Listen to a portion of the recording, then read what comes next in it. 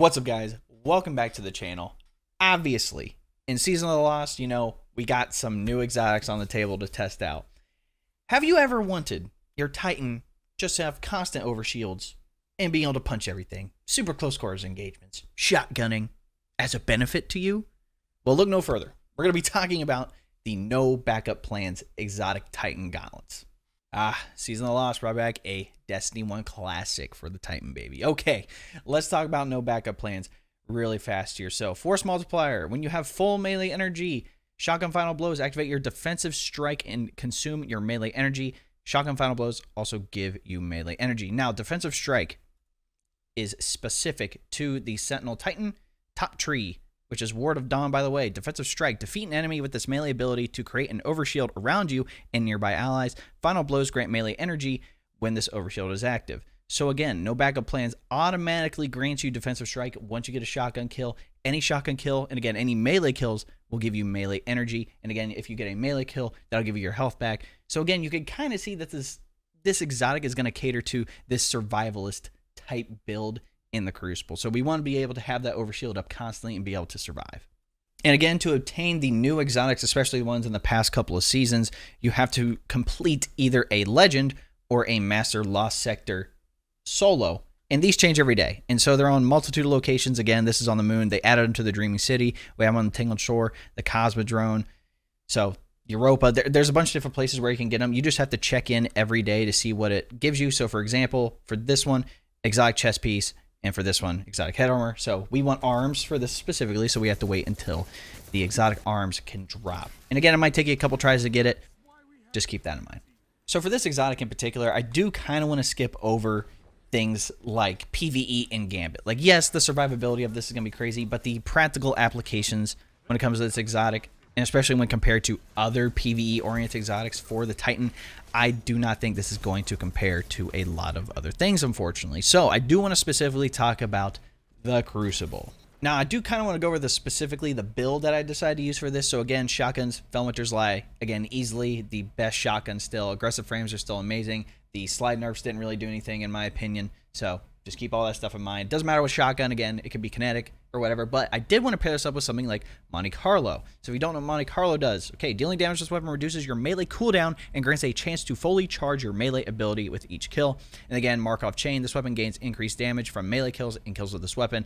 Melee kills grant ammo for this weapon. So again, it's a mix of Swashbuckler and Grave Robber up here, but the main thing here is when we get hits and kills, we get our melee energy back. So again, we get our defensive strike back. We either get a melee or a shotgun kill. We get our overshield, more survivability.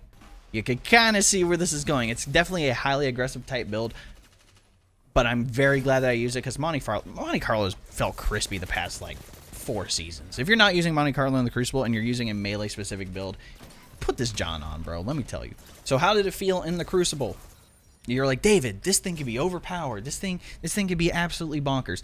Let me tell you, it's not as crazy as you think. Defensive Strike, yes, it does give you an overshield, but it doesn't give you health regen, like if you do the melee with Defensive Strike with the overshield, right? So if you get a shotgun kill with the overshield and then you take damage, guess what? If your overshield's gone, you're still weak. So keep that in mind. And personally, like if someone catches you out in the open with this thing, you're going to get taken down with, a shotgun melee anyway. So keep that stuff in mind as well. Acting like this exotic is completely and utterly overpowered is absolutely ridiculous. And if anybody tells you otherwise, they're overreacting. Okay, let's be honest with ourselves. There's definitely more broken exotics for the Titan. Okay, let's be honest with ourselves. So I guess my main question here is that can this compare to something like, Doom Marchers, One Eye Mask, the very good Crucible exotics that people like to use on the Titan? Do I think so? I want to say yes, just because of from what I experienced.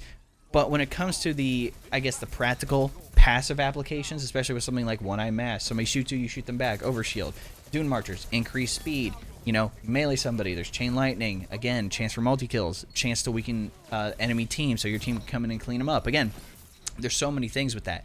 And so with this exotic in particular, I think that, yes, it can compare, but it definitely is your very highly aggressive build. You're not going to like this if you're someone who's very methodical and likes to use stuff like scout rifles and snipers and maybe even pulse rifles as well. Again, for this example, I personally use Monte Carlo just so I can get my melee back just to test it. But again, this is a build where you're going to want something highly aggressive. And you have to have a shotgun on to even take advantage of the perks that it even offers anyway. So you're going to have to be a Titan ape for this one. Did I feel a little dirty using it?